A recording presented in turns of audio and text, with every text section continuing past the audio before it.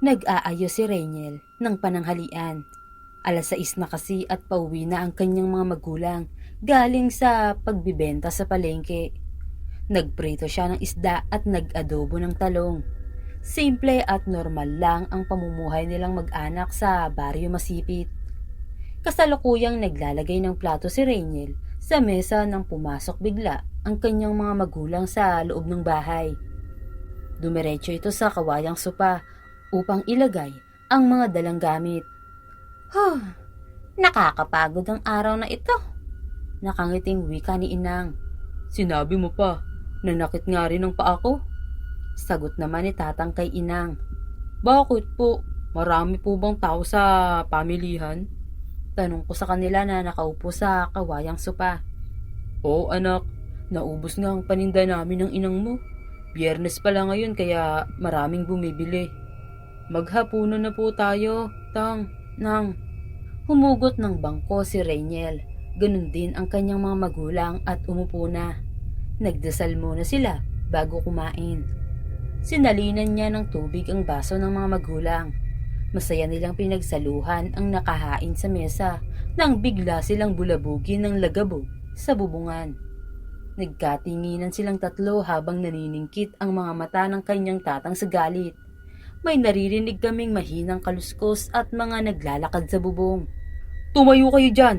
Aswang yang nasa bubong natin. Rainiel, kunin mo ang buntot pagi sa kahon at dalhin mo dito. Lera, kunin mo ang itak, pati ang garapon na may asin. Patuloy sa paghalungkat si Rainiel sa gamit ng ama hanggang sa tumambad sa kanya ang tila isang mahabang latigo na may matulis na dulo. Dinampot niya ito at nagmamadaling bumalik sa kinaroroonan ng kanyang magulang. Ngunit wala ang dalawa sa kusina. Kinakabahan siya lalo na nang makita ang butas na dingding. Mabilis ang mga hakbang na lumabas si Rainiel sa kanilang bahay. Hindi siya makapaniwala nang matunghayan ang maraming aswang sa paligid. May mga sagpang itong mga tao. Ang iba naman ay winakwak ang tiyan at hila ang mga bituka. Hinanap ng kanyang mga mata ang mga magulang pero hindi niya talaga ito makita. Isang sigaw ang narinig niya sa paanan ng kabundukan. Lumingon siya sa bandang kakahuyan nang may mapansing angel na galing doon. Napalunok si Rainiel nang makita na napapalibutan ang kanyang ama ng mga aswang. Samantalang tinangay naman ng isang tagadagit ang kanyang ina, papasok sa madilim na kakahuyan. Inang! Tatang! Umiiyak na tawag niya sa mga ito. Patuloy siyang tumatakbo habang hawak ang buntot pagi na inutos ng ama.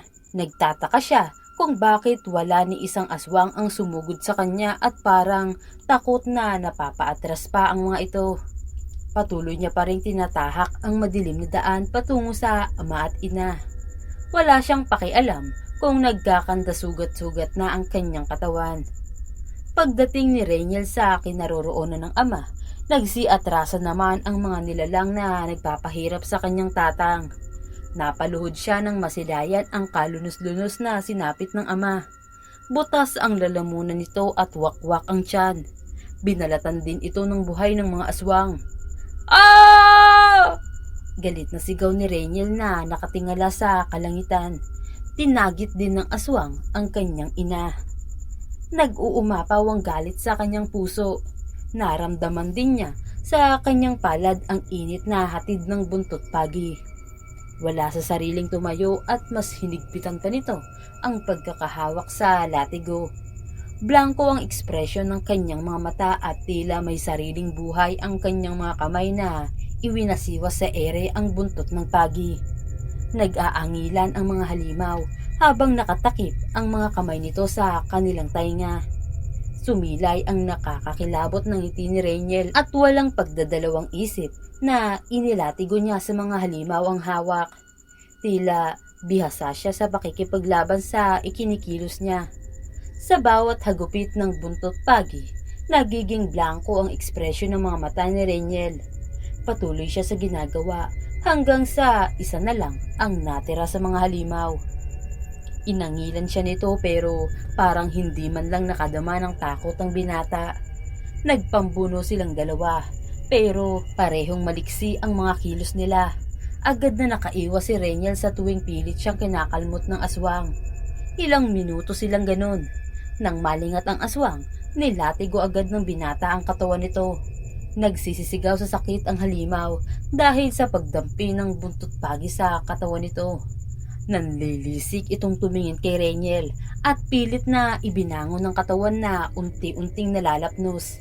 Mas tumindi pa ang galit ng binata dito. Umatungal ang halimaw. Tanda na nasasaktan ito sa ginawa niya. Nagsimula ng humingal ang halimaw hanggang sa mawalan na ito ng hininga. Huminto na rin ang init na nagmumula sa buntot pagi. Bumalik na sa dati ang ikinikilos niya. Nakakunot noon na pinagmamasdan niya ang mga aswang na nakahandusay sa paanan ng kabundukan. Napapikit siya at pilit na inaalala ang mga nangyari hanggang sa narinig niya ang huling sigaw ng ina. Reniel! Anak! Tulong!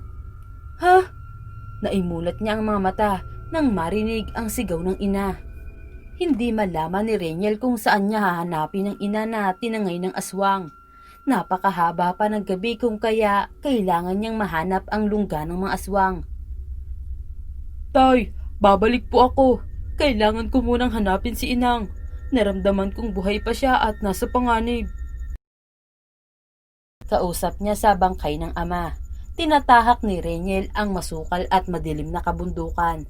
Tanging flashlight ng lighter ang nagsisilbing ilaw sa kanyang dinaraanan. Nakapanya ito sa bulsa ng ama kaya kinuha niya. Alam ni Reniel na magagamit niya ang lighter na may flashlight at hindi nga siya nagkamali. Patuloy siya sa pagtakbo nang bigla siyang matalisod.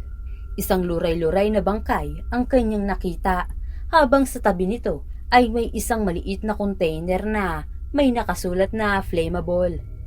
Binuksan niya ang takip nito at napagtantong gasolina ang laman ng container kaya agad niya itong binitbit. Habol ang hiningang huminto siya sa paglalakad. Saglit siyang napadapa sa may damuhan habang pilit na bumabawi ng lakas.